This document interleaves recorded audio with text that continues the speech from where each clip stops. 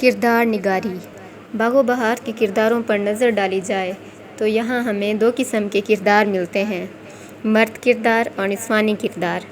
بہت سے ناقدین کا خیال ہے کہ مردانہ کرداروں کی کردار نگاری کرتے وقت میر امن کسی فنکارانہ چابک دستی کا مظاہرہ نہیں کر سکے۔ سب سے پہلے ہم داستان کے مرد کرداروں کا جائزہ لیں گے، جن میں چاروں درویشوں کے علاوہ آزاد بخت اور خواجہ سگ پرست بھی شامل ہیں۔ چاروں درویش جو کہانی کے ہیرو ہیں، ان کے بارے میں گیان چند لکھتے ہیں: ان میں شہزادگی کی کوئی علامت نظر نہیں آتی، ان کے عشق میں کوئی عظمت، کوئی بلندی اور کوئی وقار نہیں۔ پہلا درویش یمن کے ملک التجار کا بیٹا تھا۔ 14 سال کی عمر میں یتیم ہو گیا اور پھر اپنی نادانیوں کی وجہ سے اپنی دولت سے ہاتھ دھو بیٹھا، اور اس کے دل سے احساس خودی اور اعتماد عمل جاتا رہا اور اپنی بہن کے ٹکڑوں پر پلتا ہے۔ غیرت دلانے پر دمشق روانہ ہوتا ہے۔ وہاں اسے ایک زخمی شہزادی ملتی ہے، جس کا علاج وہ بڑی محنت سے کرتا ہے اور اس کا ہر حکم بجا لاتا ہے، لیکن شہزادی اس کی پرواہ نہیں کرتی، مگر وہ خوشامد کرتا رہتا ہے۔ دراصل خوشامد اس کی عادت بن چکی ہے۔ اس کے عشق میں چھچھورا پن ہے۔ اس کے علاوہ درویش مستقل مزاجی کی صفت سے بھی محروم ہے، اسی لیے یوسف سوداگر سے بہت جلد متاثر ہو جاتا ہے۔ مختصراً یہ کہ پہلے درویش کے کردار میں مردانگی نام کی چیز نہیں، یہ ایک مجہول اور بودا کردار ہے، جو فرما برداری، خوشامدی فطرت، عجز و انکساری کے باوجود دوسروں کو متاثر کرنے کی صلاحیت سے عاری ہے۔ منہ میں سونے کا چمچہ لے کر پیدا ہونے والا یہ تاجر زادہ کسی مرحلے پر بھی شخص وقار، انا پسندی یا خودداری کا مظاہرہ نہیں کرتا۔ اس کوتاہ بین، کم کوش اور نکمے شخص کی شادی شہزادی سے ہو جانا ایک اتفاق ہے، اور جنگل میں اس کو کھو دینا اس کی بے تدبیری، عاقبت اندیشی اور بد نصیبی کا ثبوت ہے۔ دوسرا درویش فارس کا شہزادہ ہے۔ 14 سال کی عمر میں حاتم طائی اس کا اسوہ بن جاتا ہے اور وہ زندہ جاوید رہنے کے لیے حاتم طائی کی پیروی شروع کر دیتا ہے۔ شہزادہ مذہبی ذہن رکھتا ہے اور سخاوت اس کے نزدیک روحانی ترقی کا ذریعہ تھی۔ پھر جب ایک فقیر سے بصرے کی شہزادی کا ذکر سنتا ہے تو بصرہ روانہ ہو جاتا ہے، اور جب شہزادی کو دیکھ لیتا ہے تو اسے اپنا دل دے بیٹھتا ہے۔ لیکن یہ شہزادہ دوسرے شہزادوں کے مقابلے میں اتنا خوشامدی نہیں، اور وہ شہزادی کی خطرناک شرط کو بھی فوراً قبول کر لیتا ہے۔ اس سے ظاہر ہوتا ہے کہ وہ بہادر، عالی ہمت اور مہم جوئی سے نہیں گھبراتا۔ شہزادہ نیم روز کا راز معلوم کرنے کے بعد اس کے درد کا درمان ڈھونڈنے نکل پڑتا ہے۔ بقول زہرہ معین: غم جاناں سے غم ہائے دگر تک کا سفر۔ یہ درویش کی آدمیت و انسانیت، اس کے دل کی گداختی، ایثار و قربانی بحیثیت مجموعی اس کے کردار کی بلندی پر دلالت کرتا ہے۔ اس کے کردار میں بڑی استقامت ہے، وہ اپنی دھن کا پکا ہے۔ تیسرا درویش ملک عجم کا شہزادہ ہے۔ اپنے والدین کی اکلوتی اور لاڈلی اولاد ہے، عاشق زار ہے اور عشق کا زخم خوردہ ہے۔ دوسرے درویشوں کی طرح یہ بھی خوشامدی ہے، کہیں کہیں جرأت اور ذہانت کا مظاہرہ بھی کرتا ہے، مگر عشق کے میدان میں کوئی معرکہ سر کرنے کی اہلیت سے عاری ہے۔ اکیلا ہی جب ہرن کا پیچھا کرتا ہے تو یہ بات ثابت ہوتی ہے کہ وہ ایک مہم جو اور نڈر اور پرعزم اعتماد نوجوان ہے۔ اس کے علاوہ درویش سے جس طرح وہ فرنگ کی شہزادی کا حال معلوم کرتا ہے، وہ درویش کی متجسس طبیعت کی عکاسی کرتا ہے۔ شہزادی اور بہزاد خان جب ڈوبنے لگتے ہیں تو وہ انہیں کنارے پر کھڑا دیکھتا رہتا ہے، اس لیے درویش عشق کے معاملے میں کمزور ہے، اس کی محبت میں کوئی وقار نہیں۔ بقول زہرہ معین: اس کا کردار کمزور ہے، بے جان اور ڈھیلا ہے۔ ابتدا میں وہ بڑا مہم جو، متجسس اور بے خطر نظر آتا ہے، مگر عشق کی مہم میں اس کے کم ہی کوئی ایسا کارنامہ سرزد ہوتا ہے جس کی بنیاد پر اسے عاشقوں کے زمرے میں شامل کیا جائے۔ چوتھا درویش چین کے بادشاہ کا ولی عہد ہے۔ ناز سے پرورش پائی اور اچھی تربیت ہوئی، لیکن بیگمات اور خواصوں کی صحبت میں رہنے کی وجہ سے عقل و شعور سے عاری ہے، اور بے باکی اور جوان مرتگی نام کی کوئی شے اس کے اندر نہیں ملتی، بلکہ کم ظرفی اور بے وقوفی کے آثار نمایاں ہیں۔ عملی دنیا سے زیادہ خیالی دنیا کا باسی ہے۔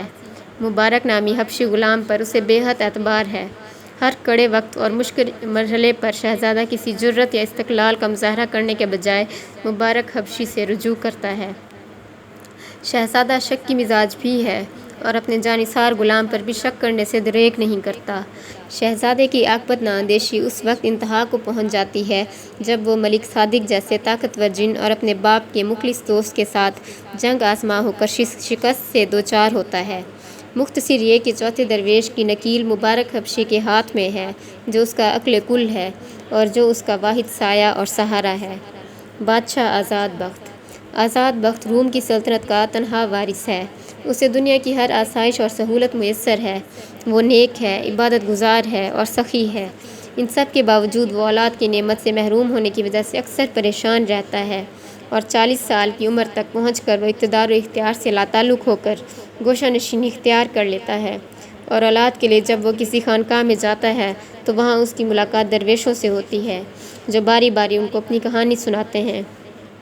طبیعت میں عزلت پرست واقع ہوا ہے، اس لیے بغیر جرم ثابت ہوئے اپنے وفادار وزیر کی موت کا حکم دیتا ہے، اور بوڑھے سگ پرست سے کم سن شہزادی کی شادی کروانا اگر ایک طرف رحم دلی کا مظہر ہے تو دوسری طرف کم سن شہزادی کے ساتھ جبر و زیادتی کا بھی آئینہ دار ہے۔ آزاد بخت کی داستان میں دوسرے درویشوں کی طرح عشق کا عنصر شامل نہیں ہے۔ اس کی مہم جوئی کی جہت دوسرے درویش کے برعکس مختلف ہے۔ آزاد بخت کا کردار مرکزی اور بنیادی ہے اور قاری کی دلچسپی کا باعث زندگی کے زیادہ قریب اور بھرپور ہے۔ بقول سہیل بخاری، باغ و بہار کا یہ کردار زندہ جاوید ہے۔ خواجہ سگ برست، یہ کردار بہت شریف اور بے وقوف ہے۔ معلوم ہوتا ہے کہ اس میں دنیا داری اور عقل بالکل نہیں ہے۔ اپنے بھائیوں سے دغا پر دغا کھاتا ہے، مگر پھر بھی انہیں اپنا خیر خواہ سمجھتا ہے۔ اس کے بھائی شیطان صفت ہیں۔ اپنے بھائیوں سے دھوکہ کھانے کے باوجود بار بار نیکی کرنا اس کی نیکی و شرافت اور برداشت کی نشانی ہے۔ بھائیوں سے شدید محبت ہے، لیکن وہ جب بدلہ لینے پر آتا ہے تو ایسی سزا دیتا ہے جو کسی نے نہ دیکھی اور نہ سنی۔ اس کے ساتھ ساتھ قصے کے 4 درویشوں کی مانند خواجہ سگ پرست خوشامدی بھی ہے، اور زیر بات اور سرادیب کی شہزادی کے سامنے جہاں تہاں خوشامد کرتا اور گڑ گڑاتا ہے۔ دوسرے درویشوں کی طرح جنس اس کی سب سے بڑی کمزوری ہے، اس لیے بوڑھا ہونے کے باوجود کمسن شہزادی سے شادی کے لیے بےتاب ہے۔ لیکن مختصراً ہم یہ کہہ سکتے ہیں کہ اپنی بہت سی خامیوں کے باوجود چاروں درویشوں سے یہ کردار مختلف اور منفرد ہے۔ نسوانی کردار، میر امن کے کرداروں کے ضمن میں عام تاثر یہ پایا جاتا ہے کہ ان کے مردانہ کرداروں کے مقابلہ میں نسوانی کردار زیادہ جاندار ہیں۔ سید وقار عظیم میر امن کے نسوانی کرداروں کے بارے میں لکھتے ہیں کہ کردار نگاری کے معاملہ میں میر امن نے جو توجہ ہر داستان میں ہیروین پر صرف کی ہے، اس سے مردوں کے کردار محروم رہے ہیں۔ باغ و بہار کے نسوانی کرداروں میں ماہرو، وزیر زادی، سرادیب کی شہزادی اور بصرے کی شہزادی کے کرداروں کو خصوصی اہمیت حاصل ہے۔ ماہرو پہلے درویش کے قصے کی ہیروین ہے، جسے میر امن نے نہایت خوبصورت اور جاہ و حشم پر نازاں دکھایا ہے۔ احساس برتری کے باعث اس میں تمکنت اور رکھ رکھاؤ ہے، لیکن آخر وہ جذبہ عشق کے ہاتھوں مغلوب ہو جاتی ہے تو اس میں قدر نرمی اور ملائمت پیدا ہو جاتی ہے۔ جو ہی وہ عشق میں ناکام ہوتی ہے تو پھر سے بپھری ہوئی شیرنی بن جاتی ہے۔ اس کے مزاج میں تضاد پایا جاتا ہے۔ وہ بیک وقت رحم دل بھی ہے اور قاہر بھی، عشق بھی کرتی ہے اور بدنامی سے بھی خوفزدہ ہے۔ وہ دانش مند بھی ہے اور جذبہ دل کے ہاتھوں مغلوب بھی۔ وہ مذہب پر بھی یقین رکھتی ہے اور عملی طور پر مذہبی احکام سے انحراف بھی کرتی ہے۔ وزیر زادی خواجہ سگ پرست کے قصے کی ہیروین ہے۔ یہ قصہ بادشاہ آزاد بخت کی زبانی بیان ہوا ہے۔ وزیر زادی کی شادی خواجہ سگ پرست سے اس وقت ہوتی ہے جب اس کے گڑیا کھیلنے کے دن تھے اور خواجہ سگ پرست کی عمر 50 سال تھی، لیکن وزیر زادی بادشاہ کا حکم بجا لاتے ہوئے شادی کے لیے تیار ہو جاتی ہے۔ وزیر زادی خواجہ سگ پرست کے مقابلے میں ایک کم سن لڑکی ہے، جس کی شادی خواجہ سگ پرست سے کر دی جاتی ہے اور اس شادی کو اپنی تقدیر سمجھ کر قبول کر لیتی ہے اور اف تک نہیں کرتی۔ بقول عابدہ حسین، عورتوں میں وزیر زادی نے کم عمری میں قربانی اور محبت کی جو مثال پیش کر دی، اس کا جواب نہیں۔ خواجہ سگ پرست سے شادی کرنا بھی قربانی کے علاوہ اور کیا کہا جا سکتا ہے۔ سرندیب کی شہزادی خواجہ سگ پرست کے قصے کا کردار ہے، جسے میر امن نے خالص ہندوستانی مزاج کی حامل ہندو راجکماری کے روپ میں دکھایا ہے۔ وہ کھلے ماحول کی پروردہ ہے، جہاں پردہ کرنے کا رواج نہیں۔ وہ مردوں کی طرح آزادانہ جنگلوں میں گھومتی اور شکار کرتی پھرتی ہے۔ میر امن نے اس کا تذکرہ یوں کیا ہے: وہاں کے بادشاہ کی ایک بیٹی تھی، نہایت خوبصورت، صاحب جمال۔ اکثر بادشاہ اور شہزادے اس کے عشق میں خراب تھے۔ وہاں رسم حجاب نہ تھی، اس لیے وہ لڑکی تمام دن ہم جولیوں کے ساتھ سیر و شکار کرتی پھرتی۔ بصرے کی شہزادی دوسرے درویش شہزادہ فارس کی محبوبہ ہے، جو آخر میں اس کی بیوی بن جاتی ہے۔ شہزادی کی 6 بہنیں تھیں۔ ایک روز بادشاہ نے انہیں کہا کہ خدا کا شکر کرو کہ تم شہزادیاں ہو، اگر میں بادشاہ نہ ہوتا تو تم بھی شہزادیاں نہ ہوتی۔ یہ سارا کر فرب میرے ہی طفیل ہے۔ ان میں سے ایک زیر تذکرہ شہزادی، جو مذہب پر پورا یقین رکھتی ہے، اس بات کی قائل تھی کہ جو کچھ ہوتا ہے تقدیر کے تابع ہوتا ہے۔ اس نے اپنے باپ کی اس بات کو مسترد کر دیا اور سب کچھ تقدیر اور اللہ کی دین قرار دیا۔ اس کی پاداش میں شہزادی کو جنگل میں چھوڑ دیا گیا، جہاں وہ صبر و شکر کرتی اور مصروف عبادت رہتی۔ اس نے ایک دن مرد بزرگ کی جھونپڑی بنانے کے لیے زمین کھودنے کو کہا تو خدا کی قدرت سے ایک مدفون خزانہ مل گیا، جس سے اس نے ایک محل تعمیر کروایا۔ باپ کو معلوم ہوا تو اس نے توبہ کی اور باپ کے بعد یہی شہزادی جانشین ہوئی۔ میر امن نے اسے نہایت سخی، مہمان نواز، سلیقہ شار، ہوشیار، چالاک، معاملہ فہم، پرتمکنت اور باوقار دکھایا ہے۔ اس شہزادی کی سخاوت کا شہرہ سن کر پہلا درویش اس کی زیارت کے لیے آیا اور اس کی ایک جھلک دیکھ کر اس پر فریفتہ ہو گیا۔ پہلے درویش کی بہن۔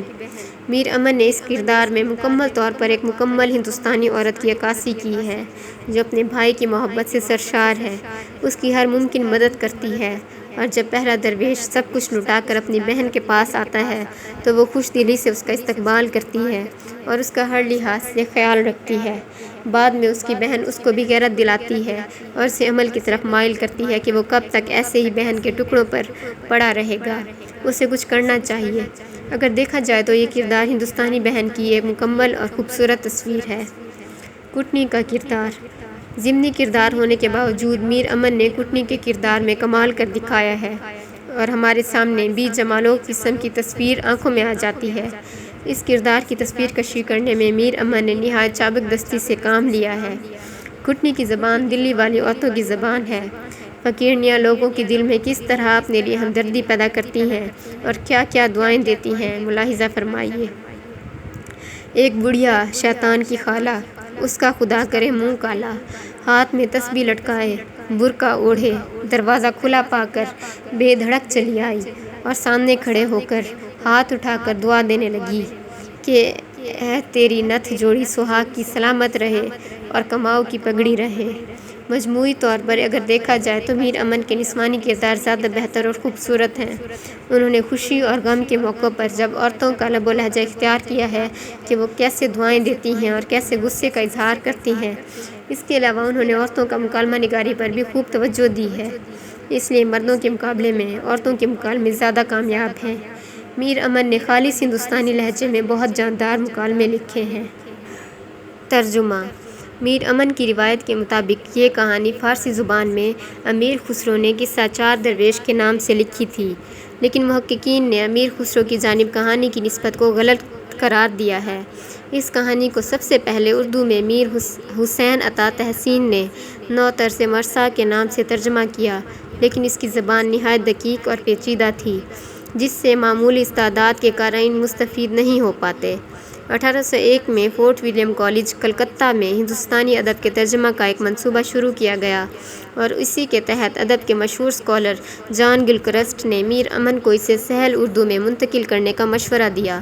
میر امن اس وقت کالج میں ملازم تھے، چنانچہ میر امن نے تحسین کے 9 طرز مرثا کو بنیاد بنا اور ساتھ میں قصہ 4 درویش کے کسی فارسی نسخے کو سامنے رکھ کر اسے اردو کی محاوراتی اور عام بول چال کی زبان میں منتقل کیا اور اس کا نام باغ و بہار رکھا۔ ہماری اگلی ویڈیو میں بادشاہ آزاد بخت اور 4 درویشوں کا قصہ مکمل بیان کیا جائے گا۔